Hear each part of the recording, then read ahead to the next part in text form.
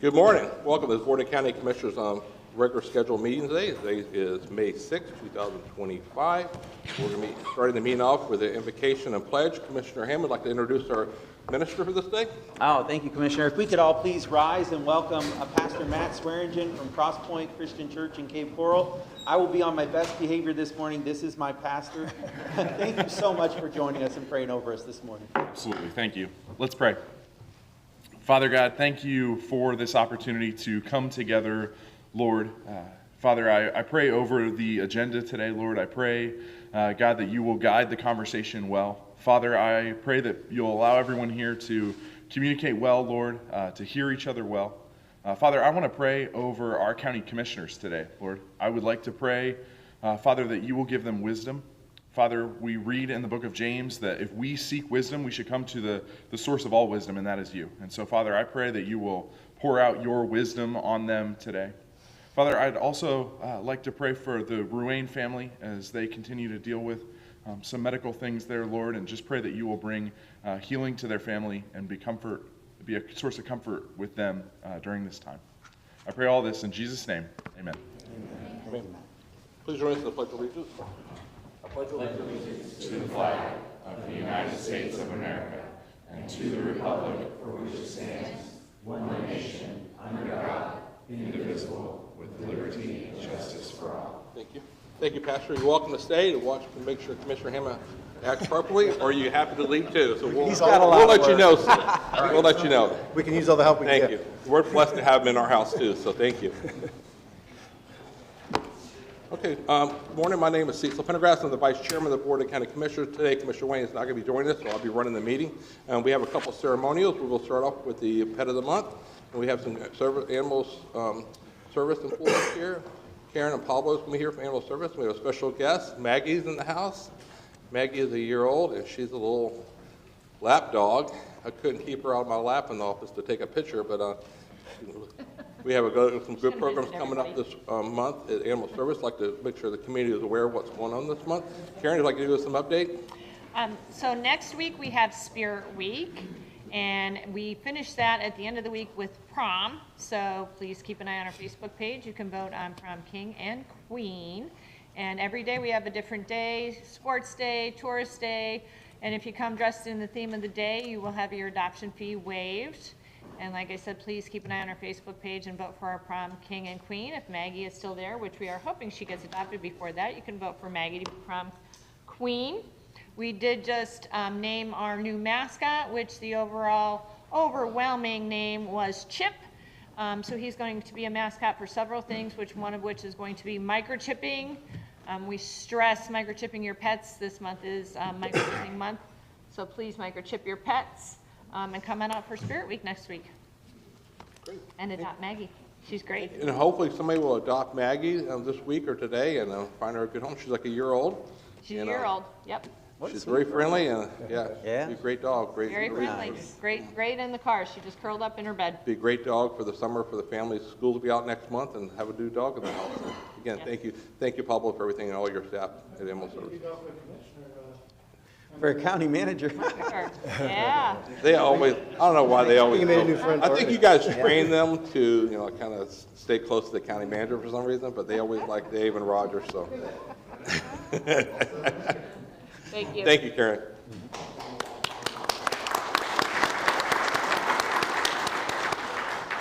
Next, we have the foster care awareness. Who has that? I have that one. Thank you, Mr. Chairman. It's a privilege to read the National Foster Care Awareness Month. I think I saw Rick from 4 Kids. If you could come up, and anybody else who's here for the National Foster Care Awareness Month, please feel free to join us at the podium. I'll go ahead and read it into the record, and then after I read it into the record, we'll take a picture, and then if you could say a few words, we would love that. Okay. The proclamation reads as follows. Whereas May is recognized as National Foster Care Month to honor the contributions of foster parents, volunteers, child welfare professionals, and others who work to ensure the safety and well-being of children in foster care. And whereas in Southwest Florida, there are over 1,400 children in foster care, with 358 children removed from their homes in Lee County in 2024 alone. Whereas Lee County, Florida, Board of Commissioners acknowledges the critical role of faith-based organizations in supporting and strengthening families through their services, including foster care programs and family support initiatives. And whereas 4Kids Southwest Florida provides compassionate care and support to children and families in our community, offering foster care services, training for foster parents, and advocacy for children who are in need of loving and nurturing environments. Whereas 4Kids Southwest Florida and other organizations like it work tirelessly to build partnerships with local congregations, businesses, and volunteers to raise awareness about the need for foster homes, encourage family unity, and help children find permanency through reunification, adoption, or guardianship. And whereas National Foster Care Awareness Month is an opportunity for all members of our community to recognize the sacrifices and dedication of foster families, raise awareness of the challenges faced by foster children, and take steps to support the work of foster care organizations. Now therefore be it resolved that the Board of County Commissioners of Lee County, Florida does hereby designate May 2025 as National Foster Care Awareness Month in Lee County, and it's signed this 6th day of May 2025 by our Board of County Commissioners Chairman, Kevin Ruane. Congratulations, and thank you so much for all that you do for our community. Thank you. Would you take a picture with us?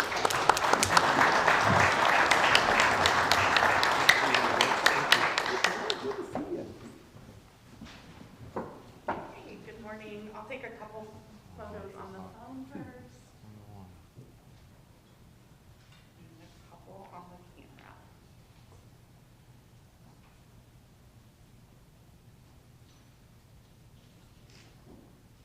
And another, 3, 2, 1. Thank you. There you go. And Rick, would you say a few words? Yeah. Thank you, Bob.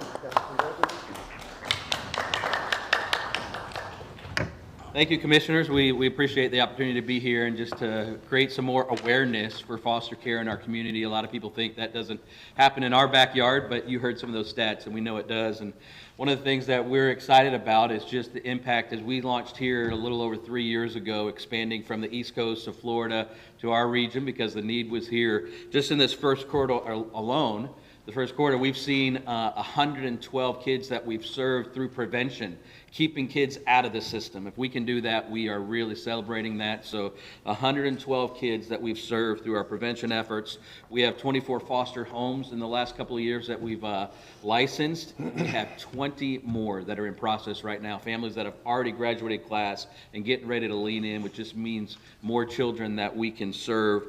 And then one of the really important things of our organization is just providing trauma-informed care. We know that any child that comes into foster care has experienced some level of trauma, even if in their little minds they don't even realize it, depending on what it was. They are experiencing trauma because they're removed from their homes. And we've invested close to 400 hours in the first quarter of trauma-informed care through our licensed mental health therapists that are on our team that we employ. It's no cost to those foster kids or their families that come into care, and we are able to provide some healing for them and understand what the trauma they're walking through, and also better equip those foster parents to care for the kids that are in their home during that season. So just some things that we're celebrating this year. We're excited about this month because it helps us to create more awareness at opportunities like this and all over Circuit 20. So we thank you, and thank you for the opportunity just to be here and to receive this recognition today. Thanks. Appreciate it. Congratulations. Thank you. Thank you, Commissioner Hammond. Your pastor has been very proud of you, though. Yeah, oh, thanks, Mr. Chairman. Next will be Commissioner Maluka, Safe Voting Week. Good morning. So it's my honor to do the following proclamation. David. For safe voting? Come on. Oh, I'm sorry. Please come join us and we'll... Do you have any guests with you, or just yourself? Just myself. Okay, just stand right at the podium there. Perfect. Thank you. We'll read this, take a picture, and then we'll give you a few minutes. Thank you. Thanks for, I jumped the gun a little bit there. Thank you. So whereas Lee County, Florida, with its great year-round weather and fresh and saltwater resources, provides special water-related recreational activities to its residents and people from around the world. And whereas this area's 428 square miles of saltwater, tidal, coastline, rivers, bays, ponds, and canals provide many of the needed outlets for recreation and relaxation. And whereas recreational boating is one of Florida's leading outdoor activities with more than 50,000 registered boats in Lee County alone, distinguishing Florida as the boating capital of the world. And whereas every year lives are lost in boating accidents in spite of the educational efforts of the U.S. Coast Guard Auxiliary, and the U.S. Power Squadrons, the Florida Fish and Wildlife Commission, and local agencies, the most likely boating operator to be in an accident is a male with boating experience who has not taken a safe boating class. And whereas federal, state, and local agencies and private companies and groups have combined their efforts to reduce boating accidents by developing and executing safety training programs such as Boat Smart, Boat Safe, and Suddenly in Command.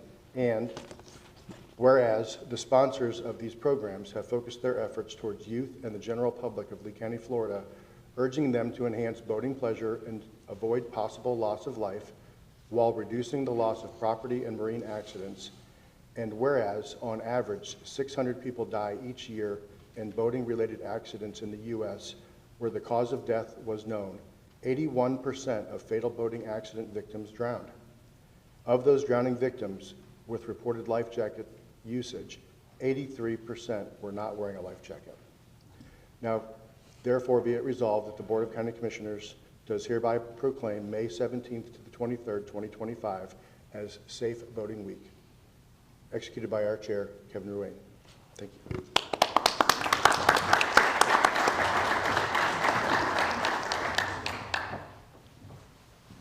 Are you with the Coast Guard? Is that your...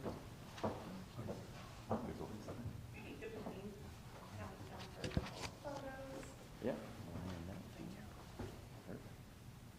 Three, two, one, and another.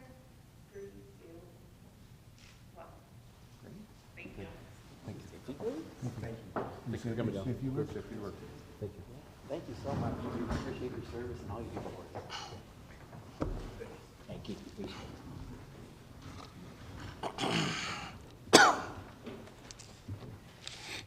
Good morning, Commissioners, and once again, thank you for the proclamation recognizing National Safe Boating Week here in Lee County. On behalf of the United States Coast Guard and Auxiliary, I'm honored to accept this proclamation. As auxiliary volunteers committed to promoting recreational boating safety, we appreciate your continued support in raising awareness throughout our community.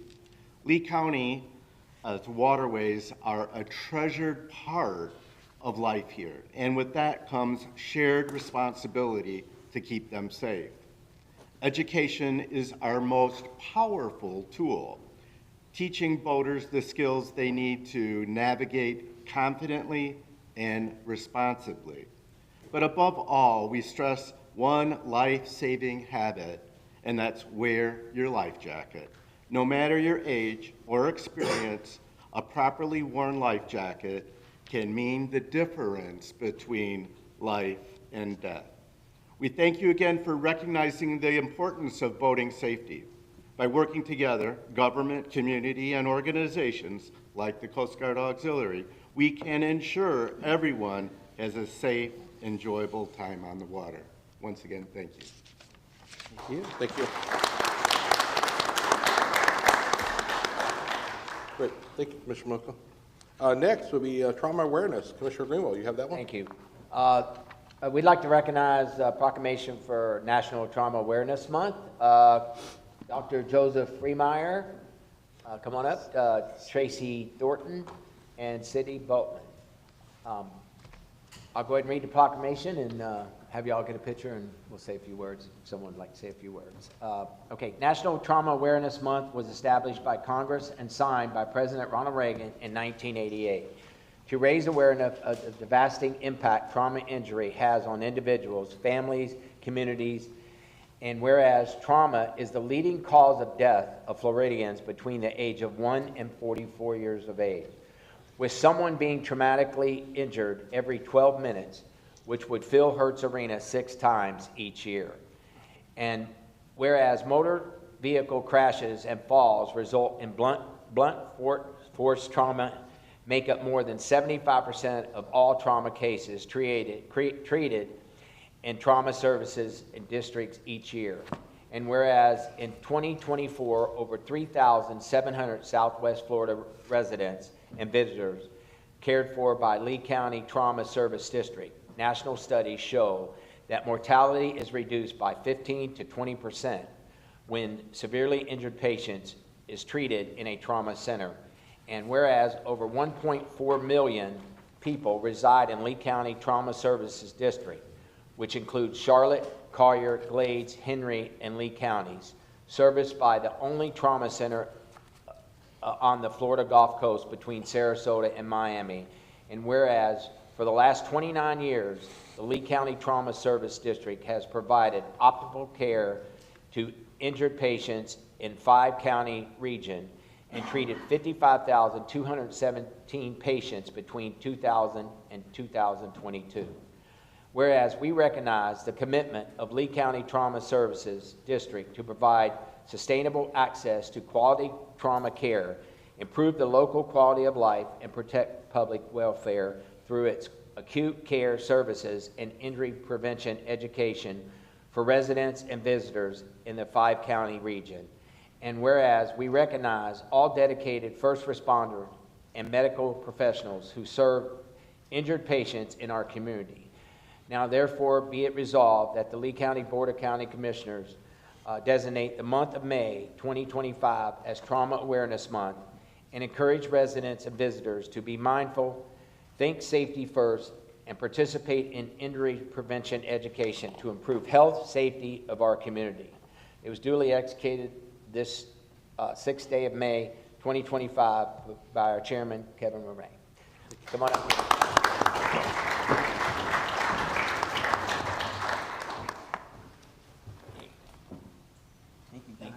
Thanks for coming back. Tracy, good to see you. Good to see you guys. I love seeing you guys over the years. We didn't have a color to light the buildings for this one? Thanks. November. Thank you. We'll be ready. Hi, I'll count us down for a couple of photos. 3, 2, 1. And another. 3, 2, 1. Thank you. Say a few words, please.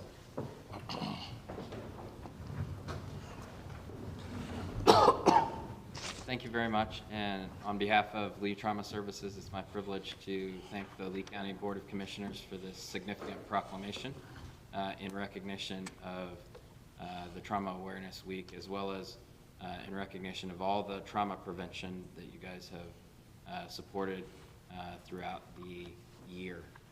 I also want to thank our local partners, especially the police, the Sheriff's Department, Fire and Rescue, and the EMS services, without whom the trauma services wouldn't be functioning. So on behalf of the only level 2 trauma center and the only trauma center for the 5 counties that we serve, we've noticed a significant increase with the increase in our population with the amount of trauma patients. So we duly appreciate your recognition and support in injury prevention, which is by far the best way to treat trauma patients. It's preventing it. So, thank you very much. Thank you. Thank you. Thank you.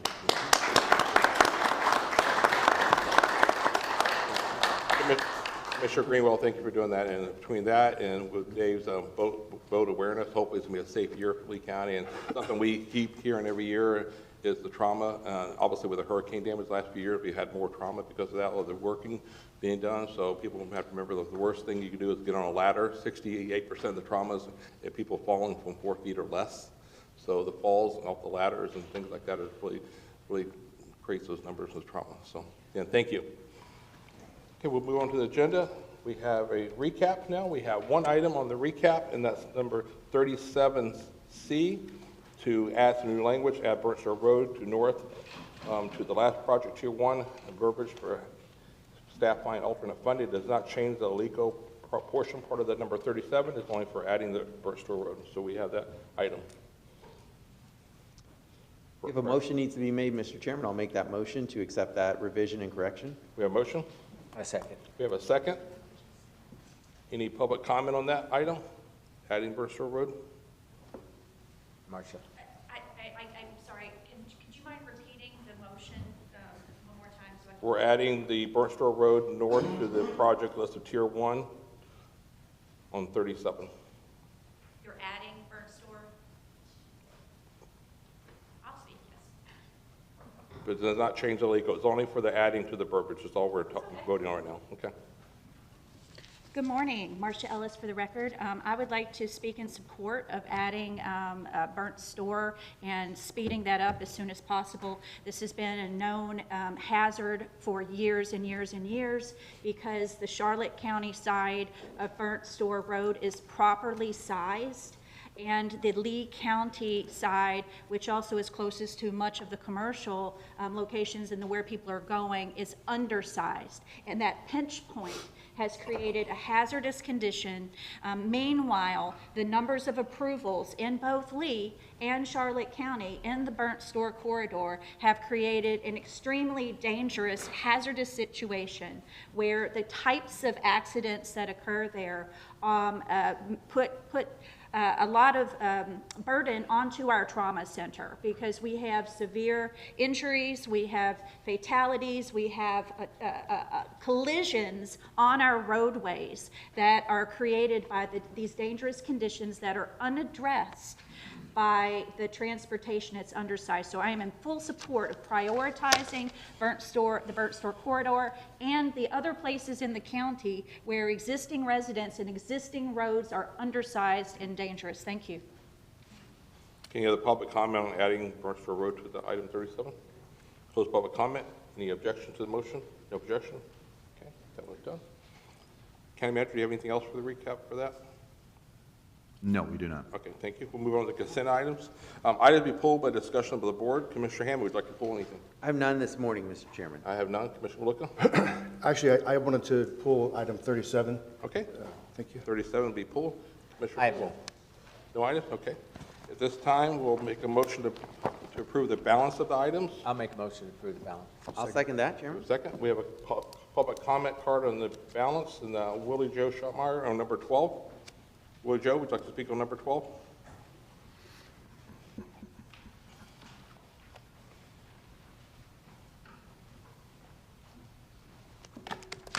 Yes, I noticed number 12 is on the agenda.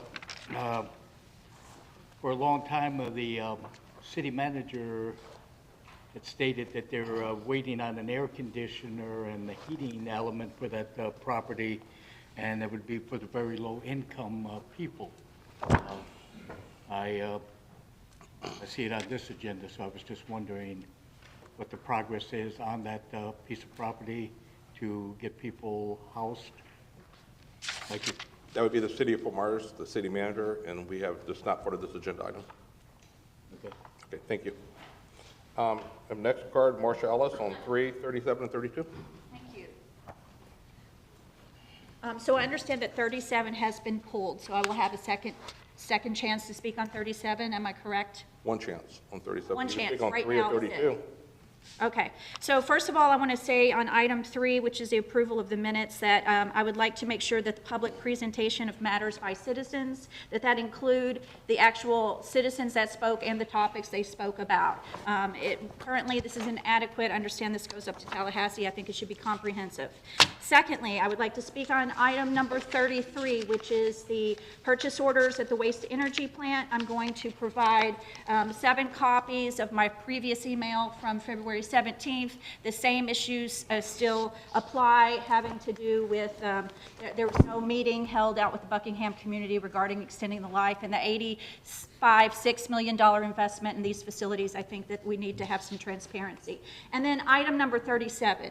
And so you have all are in receipt of, as well as staff and the attorneys, of my formal notice of dangerous conditions on Alico Road due to the incompatible mixing of dump truck traffic and passenger vehicles, as well as the fact that the recommendations regarding the CMEX extension and the enforcement, the operational updates were not adopted in that extension. Therefore, since those that was not adopted, I'm assuming that Lee County is now responsible for providing these public safety measures to the public to, since CMEX is not updated their operational procedures and enforcement. So I just ask that you reconsider this scheme that you have to change the phasing of Alico Road, and you serve the existing residents who are in an unsafe situation with the dump truck traffic and have faithfully given comments at the public informational meetings. And it is not okay to backtrack and renege on what you presented to the public in regard to this road. We have a shrinking amount of money. We're facing physical constraints, and we're now having to pay the piper on all this urban sprawl in every direction, at Burnt Store, up on 31, over towards the Hendry County line, as well as in the Alico corridor. So I absolutely insist, that if there is going to be an extension put in, that it be properly sized to handle the volume of traffic, and that you make good on the promises that were made to the people who live on Alico Road, the university community of FGCU, the community of Wild Blue, and to make sure that these dangerous conditions that are currently unaddressed, known, and escalating are addressed. Any other public comment on the consent agenda items other than 37? We'll close public comment, come back to the board. Is there any objection to the motion? No objection, motion carries. Commissioner Mota, number 37. So thank you for that, Mr. Chair. I pulled this item because we did get a lot of emails on this this week, to simply state that all we did with this agenda item was make it faster and cheaper to deliver Alico Road, which we all say is a priority of ours. I think all of us agree with strategic planning. So I wanted to invite the County Manager Rob Price to explain the details of that, our workshop discussion, please. Thank you, Commissioner. Mr. Chair, I'd like to ask Mr. Price to present the item. Good morning, Commissioners. Rob Price with DOT. So when we were going through our budget this year, we started looking at that Alico project, and building it on our previous phasing scheme was going to cause us to have to delay phase 2, which is the connection portion from Green Meadow up to State Road 82 out till 2029 to start construction. That project is going to provide significant relief to Daniels Parkway, State Road 82, Gunnery Road, Colonial Boulevard, and it's imperative that we try to keep that on schedule. So we started looking at ways that we could adjust the phasing to try to keep that phase 2 portion on schedule. What that means is we would take phase 1 and break it into 2 sub-phases. Phase 1A, we would build anything that has a time constraint related to our right-of-way acquisitions and our Army Corps permits that we are in the process of acquiring. One of those items, there's been some discussion about the CMEX entrance.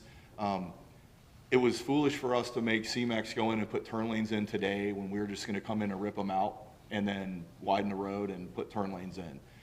So we entered into an agreement with CMEX. The county is going to build the turn lanes. They're going to pay us for them. So that is going to happen as a part of the ultimate phase 1 widening of Alico Road. So our game plan, as we establish a final phase and a final scoping of phase 1A, is to incorporate the projects that we can incorporate, like wetland impacts, like the wildlife underpass, things that are going to make it easier for us to deliver phase 1B when the funds are there for us to deliver it. We are not planning to not build shared use paths or bicycle pathways. We are not planning to not widen Alico Road. Our proposed phasing schedule actually will deliver the project in its entirety about 9 months faster and save the county about $2 million. And it'll also get that important connection to 82 in place the soonest possible timing that we can. So I want to applaud you, as we all did in strategic planning. And for those of you who may not have heard the presentation or maybe heard something different than we did, I wanted to make sure that was stated on record, that faster, cheaper was better. And we all applauded that in your efforts. So thank you for the strategic planning for that. Before we go, thank you, Rob, for that. I also thank you for the email yesterday. Is it okay if we share your information to the few emails we got on this? Because obviously residents were provided a false information from an activist to try to deter this project. Is it okay if we share your information? Is that factual information? I know it's public record now. Yes, absolutely. I will say, I'm going to resend you the email with the revision to the PowerPoint cutout. There was a typo that was in the presentation we gave at the work session, so I'll correct it and I'll send it And right thank out you to you. for all the information in the background to make sure we provide, obviously, the whole project here we started years ago was to provide a safe corridor from 75 Alico going east out to 82 for all the east-west network there. That's going to be the huge impact in Lee County for the next 100 years. So thank you for providing that information. It's unfortunate some people, Wild Blue moved in after the mines were there 50 years ago, 30 years ago. But obviously truck traffic is a concern for us, and we're trying to take all the safety measures. One of the concerns I've talked about with you earlier in the year is this road now, Alico Road, is obviously people drive based upon conditions. You have a 4-lane road with turn lanes divided, sidewalks, multi-use paths in place, 30-foot median, I believe it is. But with the 4-inch curbing, you can't go the speed limit instead of 45. So we have residents want to drive, based upon the conditions, people want to drive a little bit faster. There's light traffic, and they want to drive a little bit faster. So it's creating some hardship. Some people are not capable of driving faster, so it's kind of, you have people wanting to go 60 and 70, you have people going 30.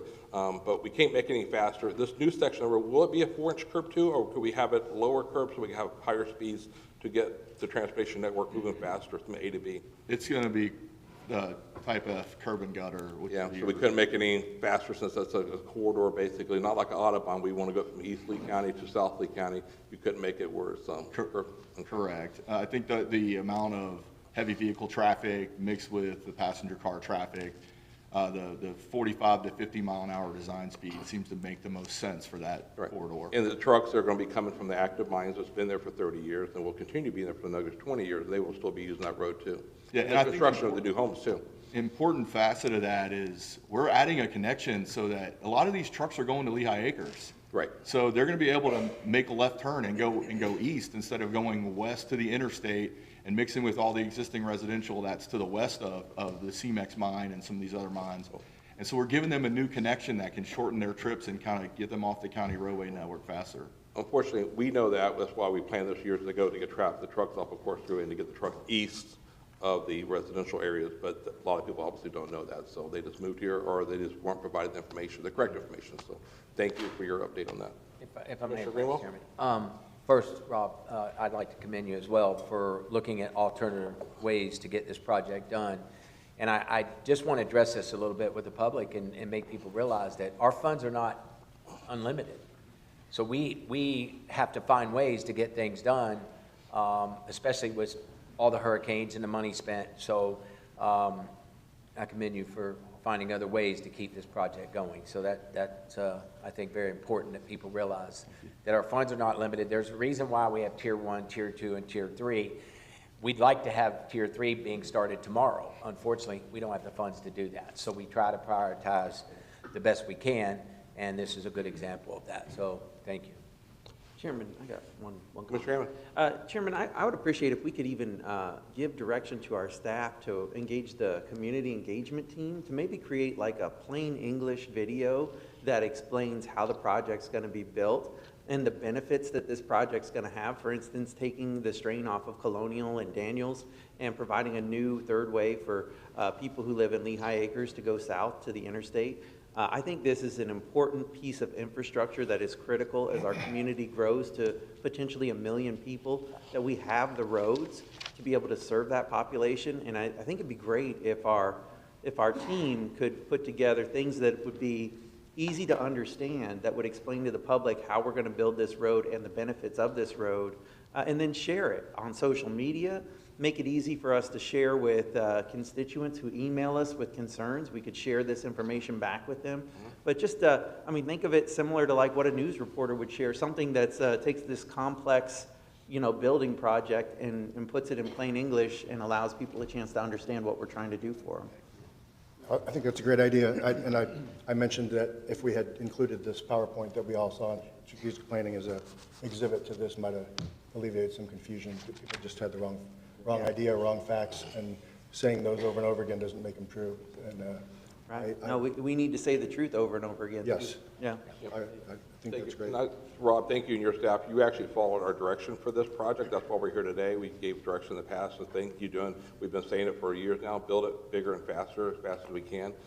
So we have the funding sources, the gas tax, and our other funds we use locally. No DRGR funds were DGBR funds were used for this, and we have some hurricane people here, but none of those funds are used for existing roads like this. But thank you again for your help. Thank you. Any other questions? Mr. Malika, you pulled the item? I'm good. A motion to approve? You have a motion to approve? I'll second it. A second. Any public comment on 37? Yes. Good morning, Commissioners. Marcia Ellis for the record. So yes, I know that there have been a number of people who have asked you to remove this item, and I ask you again to delay this vote. There are a number of people in Wild Blue who are very concerned about this. There are folks in the university community. There are folks who are out East Corkscrew that are very concerned about this item, and making sure that the existing Alico Road is phased to protect public safety, because that is where the dump truck mixing with the passenger vehicles is taking place today. That is where you have the existing dangerous conditions that are escalating. You have in your regulatory guidance through your land development code and comprehensive plan provisions to protect the mining industry from encroachment from residential communities. You chose to have approvals of these residential communities and not protect the mining industry and put the dump truck drivers at risk of these accidents as well.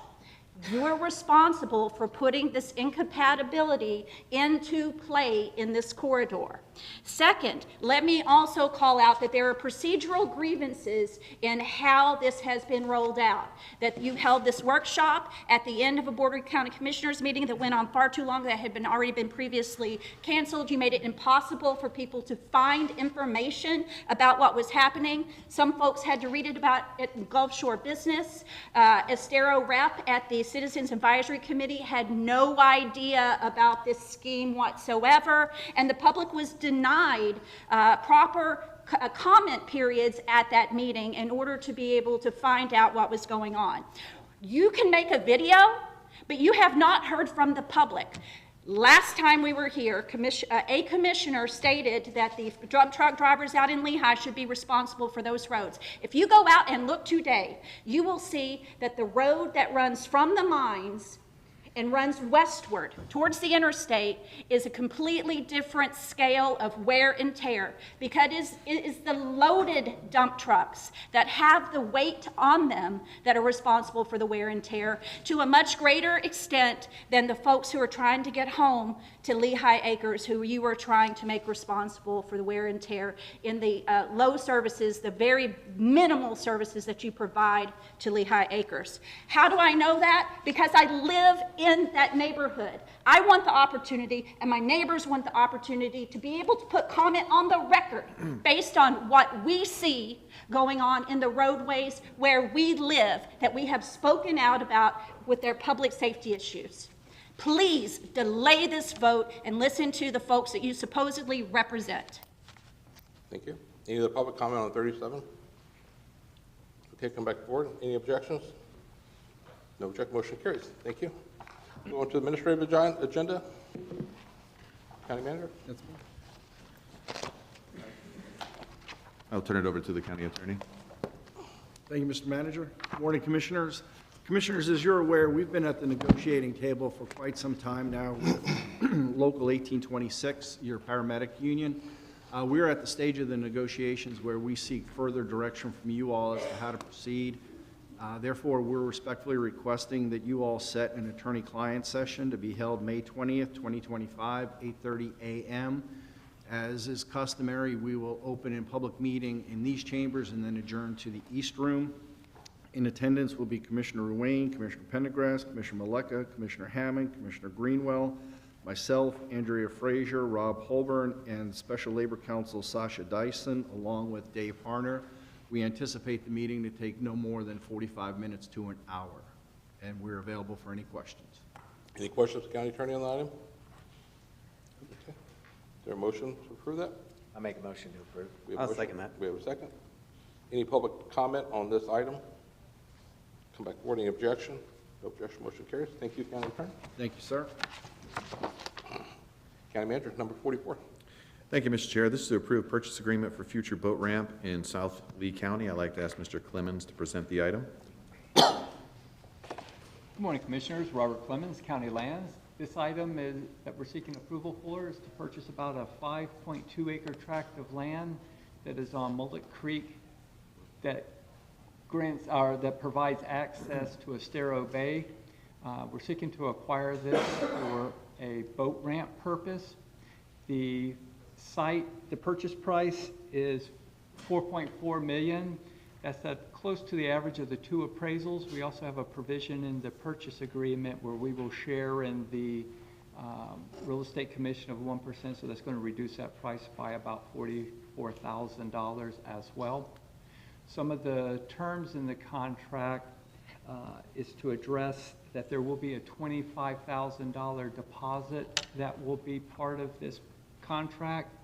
And the reason that we're asking that the county manager have authorization to terminate the contract should we have a problem with the survey, environmental, or some other condition is that we don't want to risk that deposit being able to get to the board in time to terminate the contract and renegotiate should we have to do that. The site has some improvements on it that will need to be demolished. Those will occur after the closing, but we are retaining funds at closing from the seller to cover those costs. They're estimated at $75,000, and we will be retaining about $93,000 in case there's some demolition override on that. Any questions? I have a couple of questions. So the appraisal process, we went through that with due diligence, and this is a good price as far as, I know, the negotiating with the seller and everything. And also, this property, it's in a residential area, so in the past, I know they had some parking issues in the past, people parking off-site to get to this because of overcrowding. So, two questions. One, how many boat slips are going to be able to get out of this for using, and will we provide more structured parking for this facility so it's not disruptive to the community around it? The facility now isn't maximizing its potential, I don't believe. When Parks and Recs comes in to draw that out, I'm sure those things will be taken into consideration. They don't have a footprint right now. Okay. The plan is it will take us about, we're looking at about 150 days plus or minus to close, and then the demo will be somewhere around 90 days after that closing. And then Parks and Recs will try to have minimal access until they can build out the site. So the short answer is I feel certain that Parks and Recs will take that into the final design and maximize the site's effectiveness. Is it one ramp now or two ramps? One ramp now. And how many slips do we have currently being active that we have permitted there now? I don't have the exact number. I would say 8 to 10. That's what I thought, around 10 last time I visited the site. Okay. And we're not going to be increasing that at all, though, right? As far as the slips? Depending on if there's an ability to pick something up in the future, we may, but looking at that layout, I don't think there's going to be room to do it. Okay. It's just always, that's always more, there's always more need when things happen like the past with Ponte Rasta being closed, is people getting access to the water, so it's a great cause there. Okay. Any other questions for staff at this time? No, I want to say I really like this project. Adding another boat ramp is something we all are been champions for. And can you tell us about the property includes owning the land underneath the water? Correct. Seems a little bit. The waterway where the boat ramps are is part of the purchase. That was a dug channel. So there is a submerged land lease that we will be seeking to acquire as well that exists on the site from DEP that is outside of that red area. It's not a lot of area that encompasses. No, I think it's a good thing that we own Yep. the submerged lands as well. And getting the buildings out of the way will, the current traffic pattern logistics, site logistics will all be improved by the demolition of all of those buildings and houses and things that people are living in will circulate better for public use, I think. Exactly. It's a clean slate here, so I applaud your efforts on this project. Thank you. I move the item. Is there any other discussions? For a second. I'll second it. We have a motion and a second. Any other discussion? Any public comment on this item? Come back forward. Any objections? No objection. Motion carries. Thank you. Number 45. Thank you, Mr. Chair. This is to approve agreement with Lee Health for expanded community paramedic program. I'd like to ask Mr. Benjamin Abus to present the item. Good morning, Commissioners. Benjamin Davis, Public Safety. This item approves a professional services agreement with Lee Health. As you'll recall, about a year ago, almost to the day, we had a board workshop to discuss priorities for public safety, and part of that included expanding or looking at alternative delivery methods for emergency medical services. In the fall, we launched the first phase of our community health program, which was done using funds through the Florida Department of Children and Families. And that program has done exceptionally well. In fact, on your consent agenda, you agreed to accept additional funding from DCF that was taken from other programs across the state and has been repurposed into our program here in Lee County.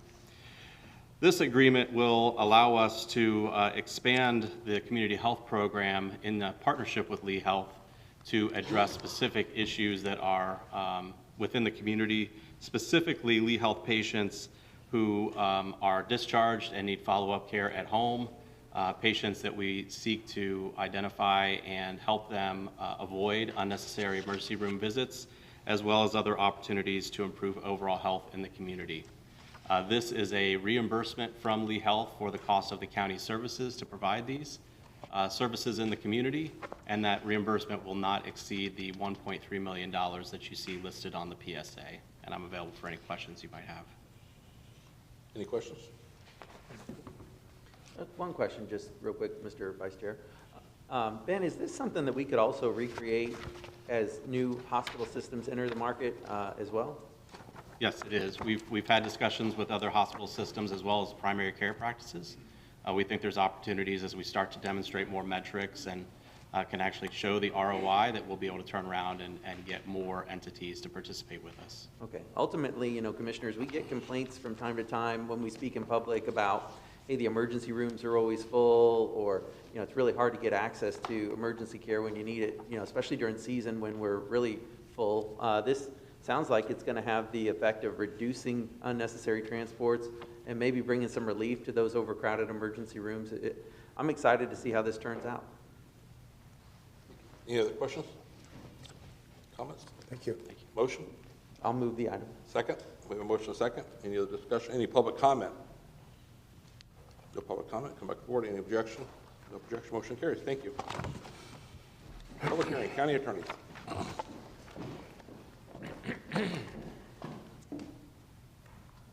Morning, counsel. Good morning, Commissioners. Amanda Swindle with the County Attorney's Office. I have your 3 public hearings this morning, and they have each been legally advertised. Each of these public hearings involves the issuance by the Housing Finance Authority of Lee County of multifamily revenue bonds for affordable housing projects. The first project is located on Summerlin Road, and the amount is not to exceed $43,930,000. And as always, these bonds do not constitute a legal or financial obligation of Lee County. Any comments, questions? I'll move approval, Mr. Chairman. We have a motion? Second. Second. Any public comment on item 46? Come back to the board. Any objection? No objection. Motion carries. Next one. Thank you, Commissioners. The second project is known as Huron's Pond Phase 1. It is located in Lehigh Acres, and the Housing Finance Authority is requesting an amount not to exceed $17,370,000. Great. Any questions? I'll move approval. We have a motion? Second. Second. Any public comment on item 47? No. Back to the board. Any objection? No objection. Motion carries. Thank you, Commissioners. The final project is Huron Pond Phase 2, also located in Lehigh Acres, with an amount not to exceed $11,130,000. Any questions, comments? I'll move approval. We have a motion? Second. Any public comment? Any objections? No objection. Motion carries. Thank you.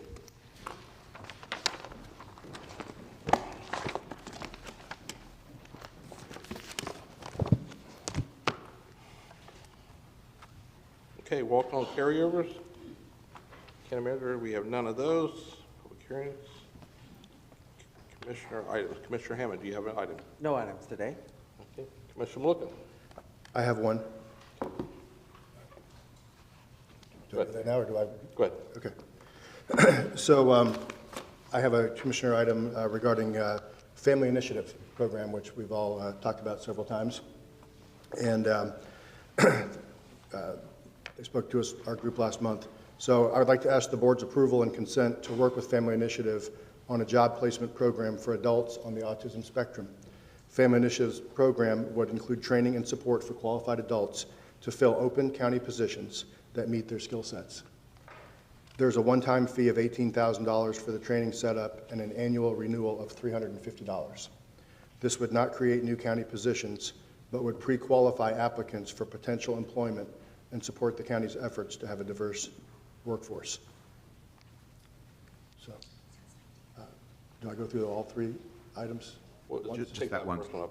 Okay. Do you need consensus for that, county attorney? In a vote? Mr. Chairman, we would appreciate a motion, a second, and a vote, please. Okay, we have a motion. I'll second. I'll second. Commissioner Greenwell seconds it. Any public comment on the Family Initiative Jobs Program? The public comment come before the objection. No objection, motion carried. Thank you. Next one. Thank you, gentlemen. That means a lot. That's going to help a lot of people. Thank you. And we have Mr. David Brown here. Please. Hey, good morning, Commissioners. David Brown, Family Initiative.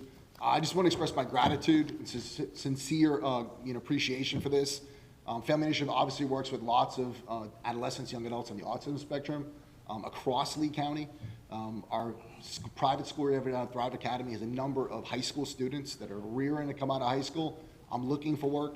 We also have several young adults currently employed in Lee County government who are doing a phenomenal job. And the one piece that we just say to you all that we know every day in the work that we do, the talent is universal and opportunities are not. And so this program will afford a lot more young adults to have the opportunity to work in the Lee County government. So thank you. Appreciate you. Thank you. Likewise. Thank you. Okay. Thank you, Mr. Wilkin. You have the next one, which is mini bus donations. Yes. So I'd like to ask the board's approval to donate 2 used minibuses from Lee-Tran, one each to LARC and one to Family Initiative. These 2 vehicles are being replaced due to age and are in the process of being retired. So we talked about this in prior meetings. Normally we would auction off these used vehicles, and I asked staff if we could have an opportunity to donate them to people that might be useful for their purpose, and I would like your approval to, rather than auctioning those items off, to donate those to LARC and Family Initiative, please. Second. Motion second. Any public comment on that action? Come back to the board. Any discussion? Any objection? No objection, motion carries. Thank you. Next one, County Government Award. And I'm sure they'll all join me in this. I'm proud to announce that Lee County Government was the recipient of the Champion Award at the Family Initiative Autism Acceptance Award event last month, actually last weekend. And so I'm proud to share this, and I was hoping Manager Harner would join me in celebrating this award that we all won here at Lee County.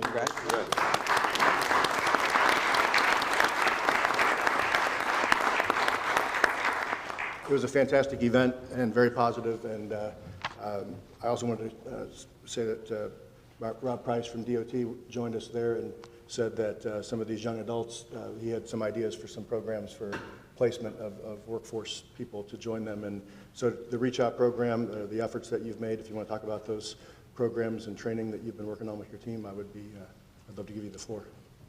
Thank you, Commissioner. Currently, we have a program of educating all our employees on neurodivergent. And the goal is the perception of someone not looking you in the eye when you're doing an interview. We're trying to dispel that because there's a lot of good people out there that could benefit by working with the county, and we can also benefit by having them work with us. So we're doing a training to open those doors and those channels for all the employees in Lee County, for those that currently work for us, that those that come to visit us, they may be misunderstood, and hopefully we'll be able to help them get a job or also help them with any issues that they may be facing regarding everyday life dealing with Lee County. So that is our goal, and we will continue to expand that program in the Lee County as we move forward. So thank you, Commissioner. Thanks for your efforts, and thank you to the Family Initiative for recognizing our team and their great efforts. Thank you. Do you want to say anything else, Dave? I thought you might. So Commissioners, I just want to take just one moment to extend our gratitude. There is not another county in the state of Florida that has made the amount of progress in the short period of time. These last 2 years has been unbelievable. I know for our organization, we're incredibly blessed to have other nonprofits from across Florida reaching out to us, talking about how do they begin to put small steps forward to create anything close to what Lee County has done. And so my sincere gratitude to the commissioners, to the leadership of the county. This program will be a game changer and is a model for the rest of the state, and not just the state, for the country. Now the CDC says 1 in 31 children are diagnosed in the autism spectrum. So we know this is an emerging part of our population. And more of these kids become adolescents and become young adults.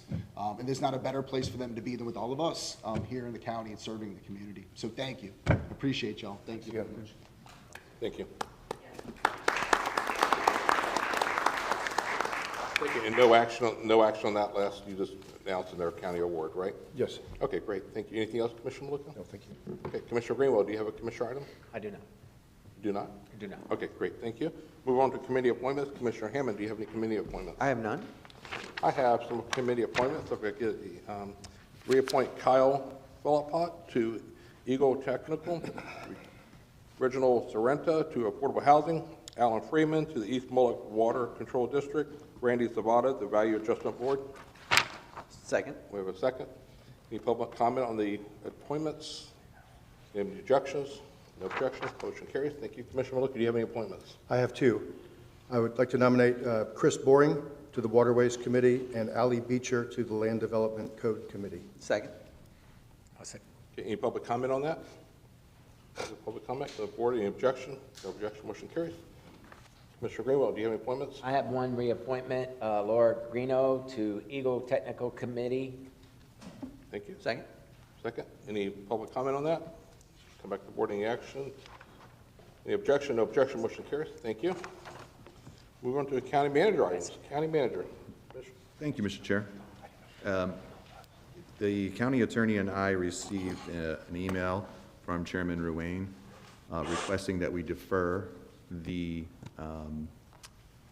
Boca Grande parking ordinance for the May 20th meeting until June 17th.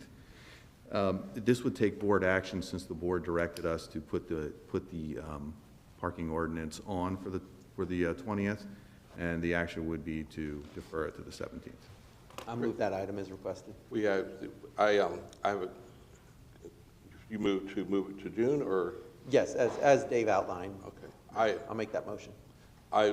Thank you for bringing this up to obviously we're accommodating Commissioner Wayne. This is a very important item to all of us, and we've actually delayed this before so we all here present. Actually, the June 17th date, I will actually be at a county function out of the town, so I will not be here. So my request, if the motion could be changed to August, since we have the July break, I will not be here in the month of June, and it'd be more, I'd like to be here for that discussion also. So we've honored that in the past to other commissioners. Yeah, we definitely need to have 5 there Yeah. for the discussion. So we can change it to either August 5th or August 19th, if the motion maker can make that motion for that. August 5th works for you, Mr. County Manager? Yes, that is correct. August 5th it is. Second? A second. We have a second? Either way, one of a second. We got a third then. I'll go fourth. Any other discussion about that? No. Okay. Any public comment on the changing of the meeting for the Boca Grande parking plan to August 5th? Come back to board. Any other discussion? Any objections? No objection. Motion carries. Thank you. County Manager, do you have anything else? No, we do not. Thank you. Okay, great. County Attorney items. Nothing further, Mr. Chairman. Thank you. You guys are quiet today. Okay, we'll move right along. We'll move on to matters of concerned citizens now. We have the comment cards. And I do want to, real quick, if I could ask staff just indulge. We have a few speakers here this morning. I noticed the cards. They hear about hurricane funding, and it's about the, I want to make sure people understand. Where is it at? We have the CBGDR funding, and maybe Glenn can give us a little update. We have not heard from the residents yet, but they're here to speak about that funding as far as allocating to, I believe it's for private residents or business.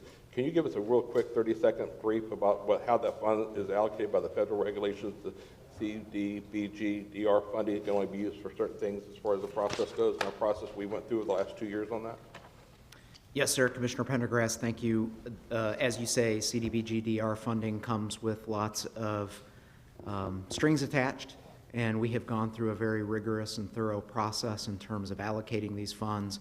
We've conducted, I think, probably about 20 community meetings in all, numerous workshops with the board, and over that time you have made some decisions about which programs to pursue. I will just say for people who are listening, application window is open right now for the Lee Cares Individual Housing Assistance Program as it relates to houses damaged from hurricanes Helene or Milton. So people can go to our website right now, fill out a pre-application.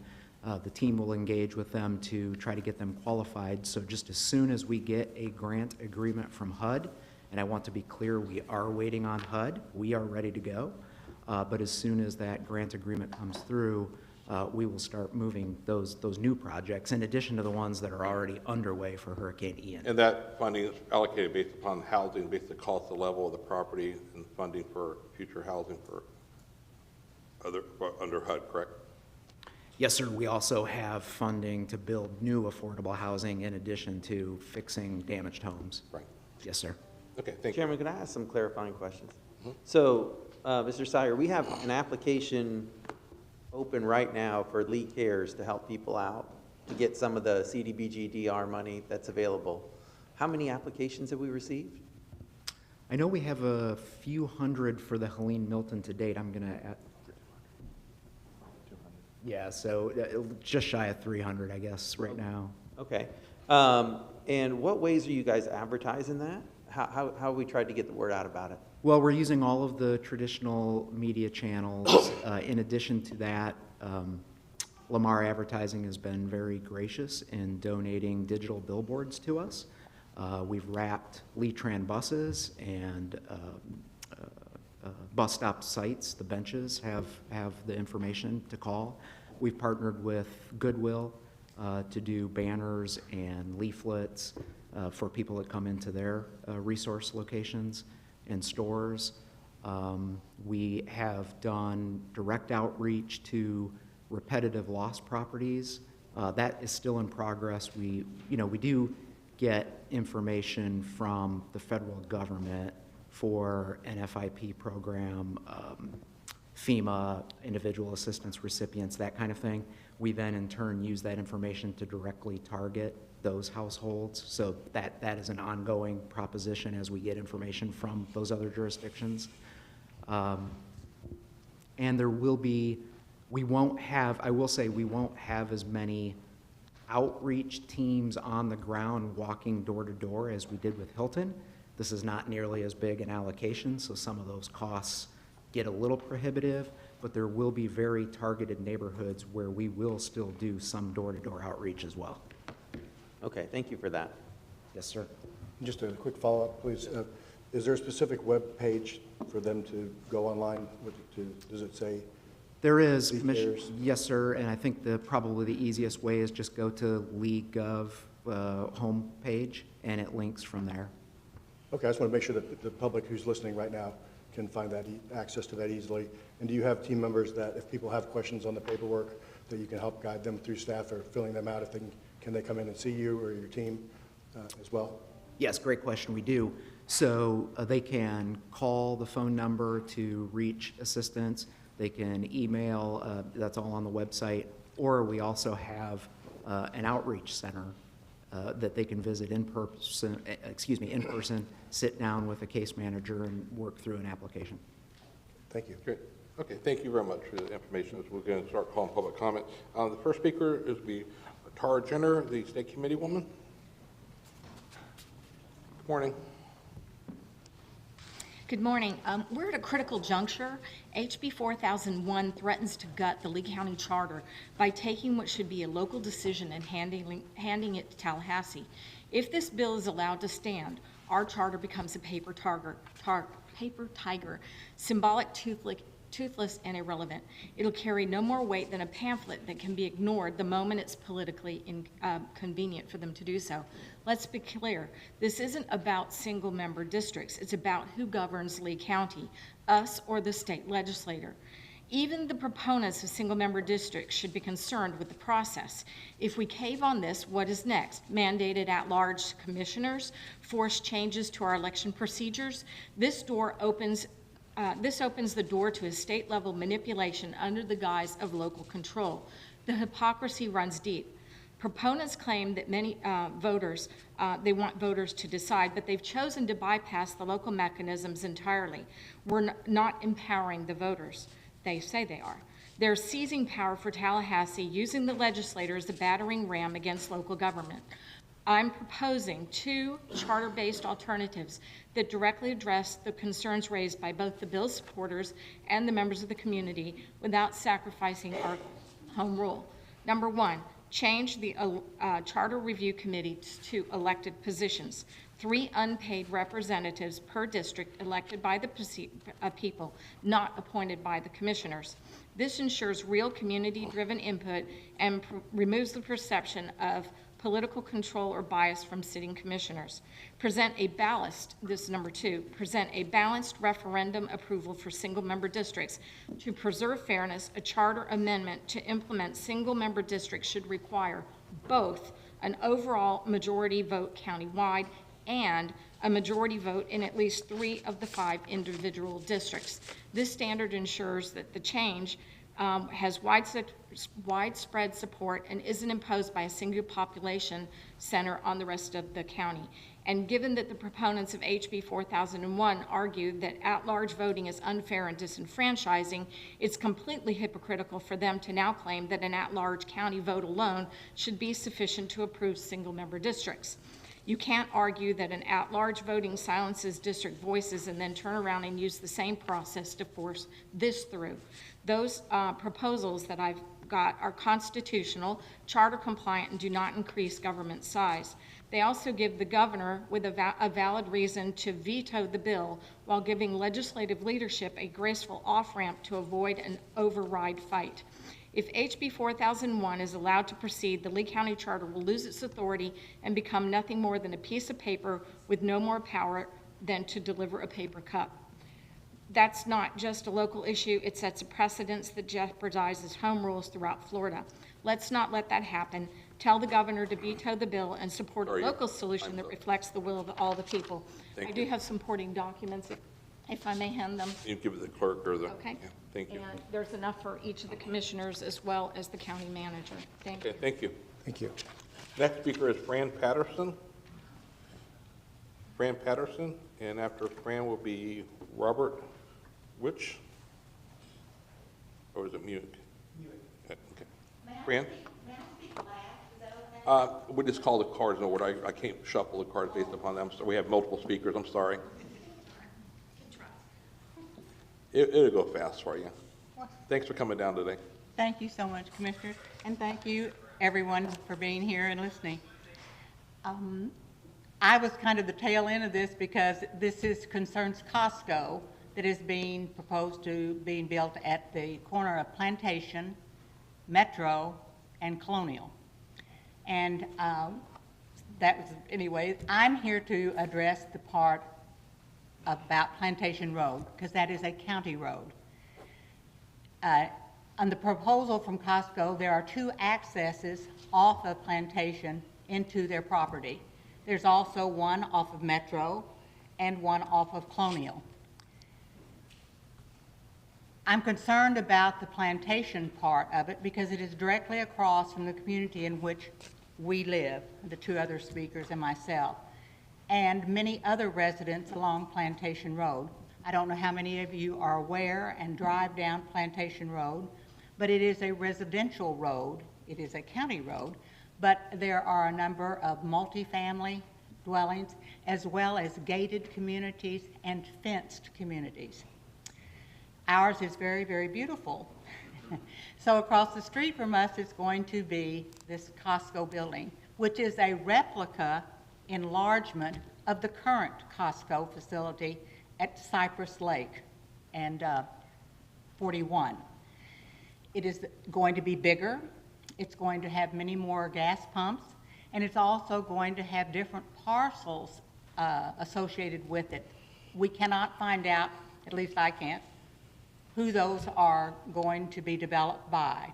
So we do not have any idea about the amount of traffic. We just know that if it ends up being like the current Costco, there will be lots of traffic.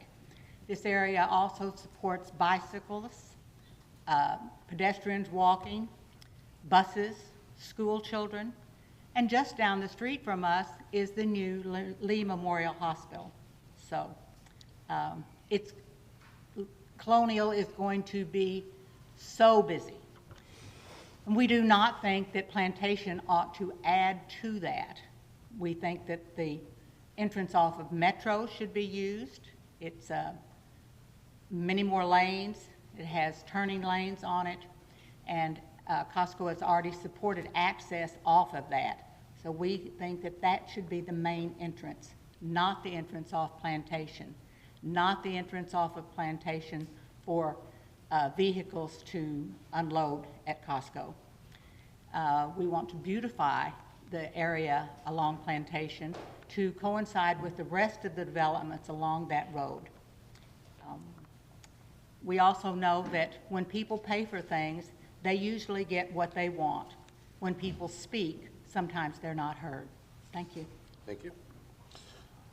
Next speaker, Robert. And after that, Tara Boyle. And just for the speakers to know, we have 3 minutes. There's a green light, the yellow. When you have the yellow, you only have 30 seconds left. Red, and you have to stop talking. We make it fair. Everybody gets the same amount of time. Thank you. Good morning, Commissioners. My name is Robert Muick. I'm a resident of Bonvie Cove community located on Plantation Road. I'm here to discuss a more functional alternative to the entrance exit and a stoplight for the planned Costco development. The advantages of having a stoplight on Metro Parkway instead of just a right turn in and a right turn out are Metro is a state road having mainly commercial and retail business with currently 4 lanes with plans to widen Metro Parkway to 6 lanes from Daniels Parkway to Colonial Boulevard. FDOT plays a key role in allocating and managing funds for the transportation projects across the state. The engineer representing Costco at the Fort Myers City Council meeting mentioned there is a possible plan to build a large commercial development directly across from the proposed entrance of Costco on Metro Parkway. This would make a stoplight there on Metro Parkway even more important and possibly paid for and maintained by the state. The truck and construction vehicle entrance to Costco should be on Metro Parkway due to the slower speed limit with a greater sight distance heading south or north instead of the planned truck entrance exit on a predominantly residential Plantation Road, which has a severely left turn, turns left at the planned entrance exit, making a short sight view for southbound vehicles. The traffic backs up on Plantation Road to Bonvie Cove entrance exit in the morning to Idlewild and in the evening to Colonial, even without the planned Costco development. With a stoplight planned in front of the only entrance exit to our residential community. Much greater traffic onto Plantation, not just from the Costco warehouse and the very large 12-pump gasoline station.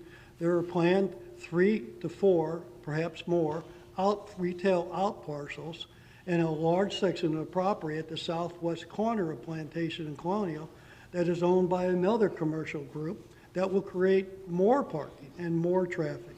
Lastly, there will only be a right turn in and a right turn out on the very busy Colonial Boulevard for this entire development, sending more traffic down the currently overused Plantation Road, which to the south at the Idlewild stoplight becomes a 2-lane road, 1 lane south and 1 lane north.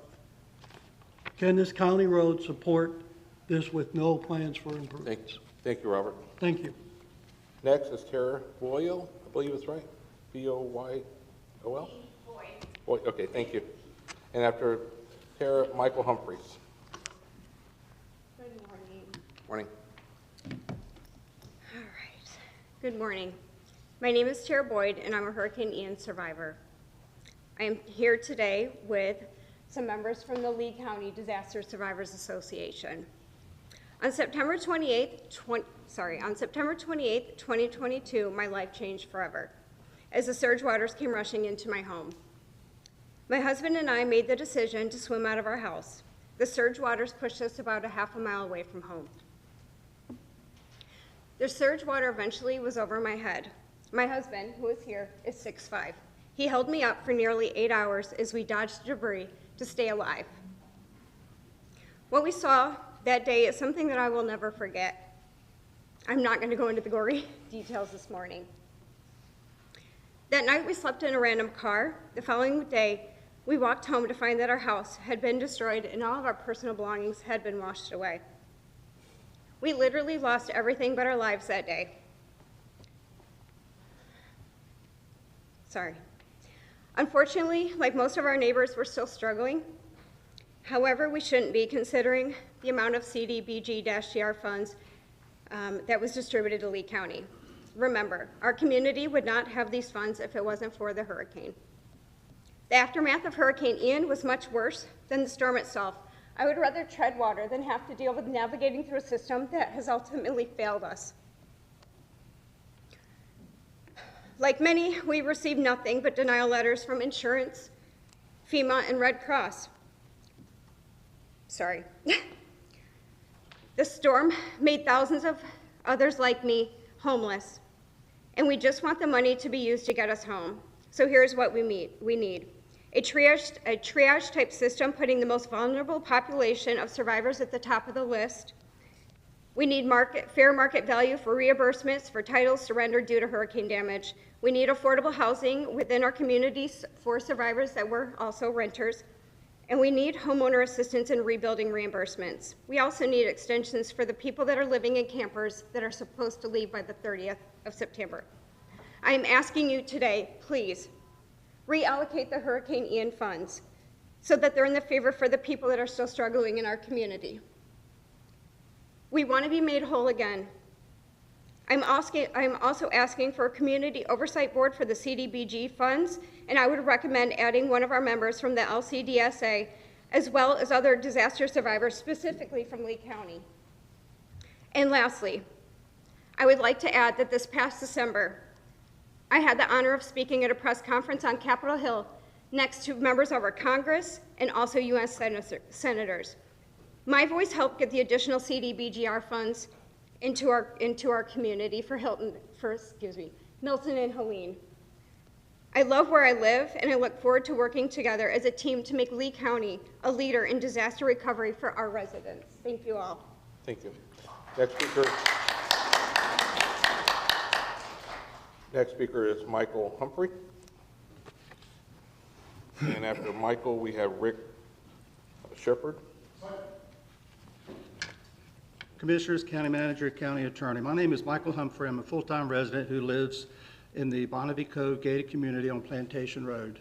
I'm here today to talk about the Costco project that is proposed to be built between Metro Parkway, Colonial Boulevard, and Plantation Road, with the main entrance and second entrance on Plantation Road, a Lee County maintained road. Lee County Land Development Code Section 34-411 General Standards, Paragraph D states that, and I quote, all planned developments must have access to existing or proposed roads. Access must comply with the requirements of Chapter 10 and be located so that site-related industrial traffic does not travel through predominantly residential areas. This project directly impacts a Lee County road and residential communities along Plantation Road. There are 11 gated communities and many ungated neighborhoods along Plantation Road.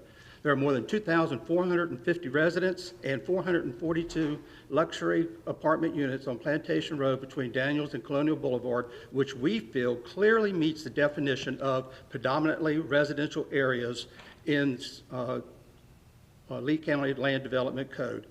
So we're respectfully requesting our Lee County Commissioners and Department of Transportation not to approve the two entrances on Plantation Road.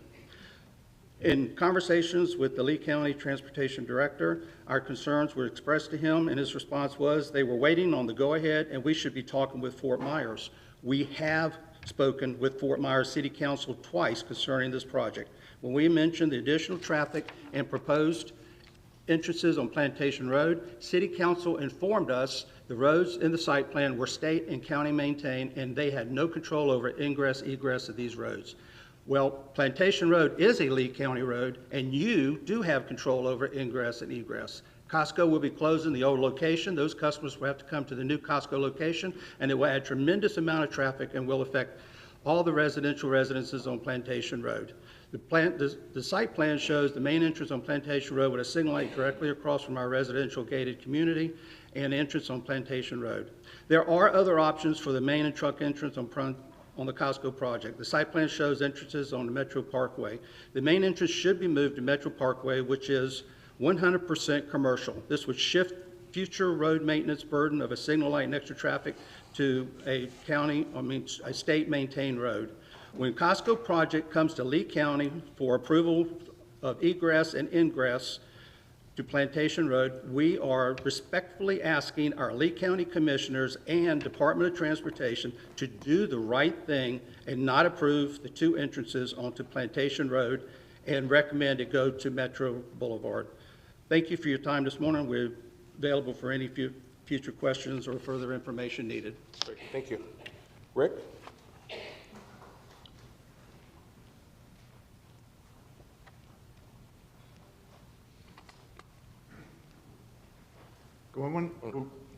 Good morning, Commissioners. I'm Rick Seifert. I am a member of the Lee County Disaster Survivors Association. It is unfortunate that many people in Fort Myers Beach still need assistance to rebuild due to the lack of funds and property that was taken away from them. There was over $100 million of CDBG-DR funds remaining from Hurricane Ian relief allocated to Lee County from the federal government, which should be used for housing, not unspecified infrastructure expenses. Housing funding could be used for buyouts, fair value reimbursements for titles surrendered due to Hurricane Ian damage, affordable housing for renters, and relief for temporary housing. I firmly oppose Amendment 6 of the Lee County Action Plan for Hurricane Ian relief. Thank you for your time and understanding. Thank you. Rachel Bass. After Rachel, we have Karen Miranda.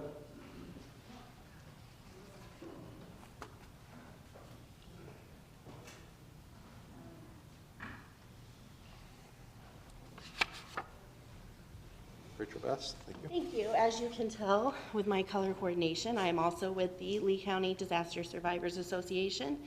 And I just wanted to take a moment to speak out and just say, I am listening to the comments from the public, and a lot of it boils down to listen to the people who are directly most impacted by the issues that they've shown up here to speak on today. So the same is true with the hurricane recovery funds. My husband and I did not have nearly the horrific experience that some of the people in the group have had. We evacuated safely. It was last-minute evacuations, if I remember correctly, but we did manage to evacuate safely. Our home only had about $30,000 worth of damage done to it. By the time you jump through all of the hurdles with the insurance companies denying, FEMA denials, I did apply for the Lee Cares system, but due to not having paperwork together quickly enough and unclear guidance on what paperwork was needed, we didn't receive any help through that either. So it has left a lot of us unfinished with, we still have a giant hole in our ceiling, for example. Like I said, my situation is 100 times better than what, like what Tara spoke on. People deserve to be able to go back home. We all pay in taxes for these funds that are coming back into the community. And I strongly believe and strongly urge you to keep those funds where they're intended to go, which is for the citizens, which without us, this community, this county wouldn't exist. We're the people that keep things going. We're the people that show up, take time out of our day to speak to you. So I hope that you're prioritizing our voices at the very top of your list, because we're the people that are living in this community, and you know, we do have powerful input. So thank you for your time. Thank you. Great, thank you. Karen Miranda? Okay. Karen Brickner?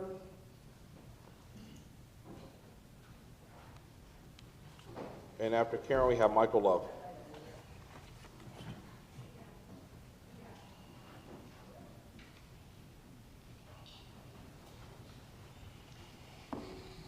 My name is Karen Brickner. I'm also Lee County Disaster Survivors. About the Lee Cares, the housing. There's some, I need to know the rules, because there's some rules that apply to some and some rules that apply to others. I was told that we were not building in flood zones, we're not elevating in flood zones, and I know people that are getting homes in flood zones. I was in Indian Creek, they made me give up my title to my home. After that, I went inland more, thinking I'd be safer there, and purchased a piece of property. Only to be told now that I'm in a flood zone, so we can't do it there. Isn't all of Florida a flood zone?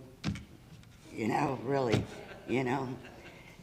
And HUD's supposed to be for unmet needs, and my needs are still unmet, you know?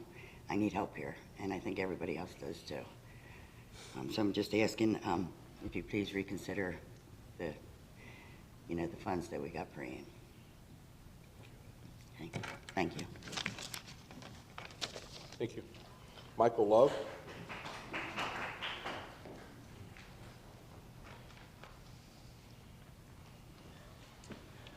Good morning. I would like to talk about single-family housing in the action plan. In the action plan, $82 million is being taken from housing and placed in infrastructure. As of April, there were 17,438 active residential listings. The average listing price was $429,000. Affordable housing is considered not to exceed your 30% of disposable income, and on the average, it runs about $1,770 per month. This is why we need HUD funding desperately. We desperately need HUD funding for housing. On page 8 of the plan, it states that the shortfall in housing is $4.5 billion. And the shortfall in infrastructure is $3 billion. Yet several lines below that, they're saying approximately $82 million will be taken away from housing and put in infrastructure. And I'm saying 4.5 billion need and 3 billion, but you're taking away from 4.5. It doesn't seem reasonable to me. Yet, single family creates stability. It creates community. And if you look at the multifamily, which was given $320 million, you cannot drive half a mile from here and don't run into a new multifamily rental property. Only $50 million were allotted to single-family home. I'm asking you, commissioners, out of the $82 million that is being taken away, can you retain $25 million, which is half of what was allotted in the current plan? Could you please take $25 million, open up a new RFP so more single-family homes can be built? like I said, single-family homes create stability, it creates community, and if we build more of these, let's not create a transient community in Lee County. Let's build homes for people. And as folks in the green, they need home too. Thank you. We have no other cards. We have no other public comment cards or any other public comment at the end of the meeting here. Thank you. Excellent. Thank you, Marcia Ellis, for the record. First of all, when we talk about the CDBGDR funds, let me just say that speaking from the League of Women, just very briefly on their perspective, and you guys have been recipient of the comments from the very first all the way through up until the current open period, which is right now for the 6th amendment for the CDBGDR funds. Folks are really confused. They go to that item and there is no link. They don't know how to be able to comment on it. In fact, we're getting calls to assist them, which we are happy to do. And the League has stayed consistent in their message, and that is that funds that are in the housing activities stay in housing activities and not be diverted over to the infrastructure public facilities activities. That is a very clear and simple message. We have asked that the promises that were made to the people from the very beginning be fulfilled and that monies allotted to that housing activities stay there. Now I'm going to speak personally. I heard a little bit, I asked at the beginning during the consent agenda comments that you include the public comment in the meetings and you document the concerns of the citizens as they're coming forward. That is very important. I would also say and point out, I heard a comment about the number of meetings that were held for CDBGDR and that there was a lot of controversy over how those meetings were run and the opportunity for meaningful input. Putting a sticker on a pre-printed poster asking you questions that are forced choice is not meaningful input. Neither is tallying responses or summarizing comments. The folks who are giving input should have the full weight of their comments documented. Secondly, I want to point out that there were revisions to the Land Development Code in an ordinance adopted on April 22nd, and it was not noticed. I looked because I was expecting there to be a second opportunity to put in comment on that, and it is not on Civic Plus, which I snipped, and I have procedural grievance and concerns about that process that denied me and denied the community the opportunity to have a second bite at that apple. I would also say I appreciate you delaying the issue with Boca Grande. I just asked for the same courtesy to be granted on Alico Road. I will point out that you are entering a period of physical constraint in this community. We are entering a downturn, and we should not be having community interest pitted against one another. Thank you for the opportunity to bring forward these comments. I look forward to them being documented in the minutes, and the minutes that are being sent forward to be retrofitted with the public comments. Thank you. Any other public comment? Come on up, Blue Joe. Anything county related would be great to hear.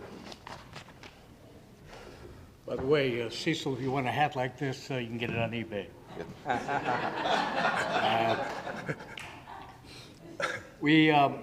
I'd like to have prayers for Matt Wallace. He's a very strong advocate for the homeless and the disadvantaged. May a miracle happen.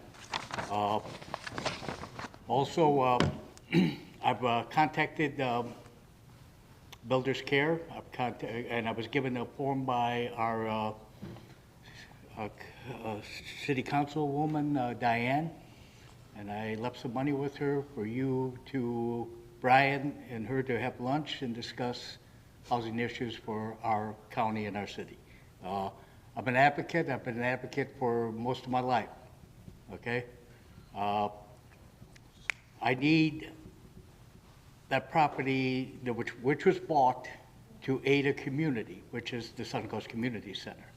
I would like to see other places obtained. Like I told the city council, you have a building that should have been offered to the nonprofits before it was sold, and that is Heritage Park. That would make an excellent youth hostel for working poor, day laborers, and a place for people to stay until apartments were built. I brought that up also. Also, I noticed that Hopewell Manor has been sold. That's 11 rooms that range from $500 to $800 a month rent. It's going to be taken down.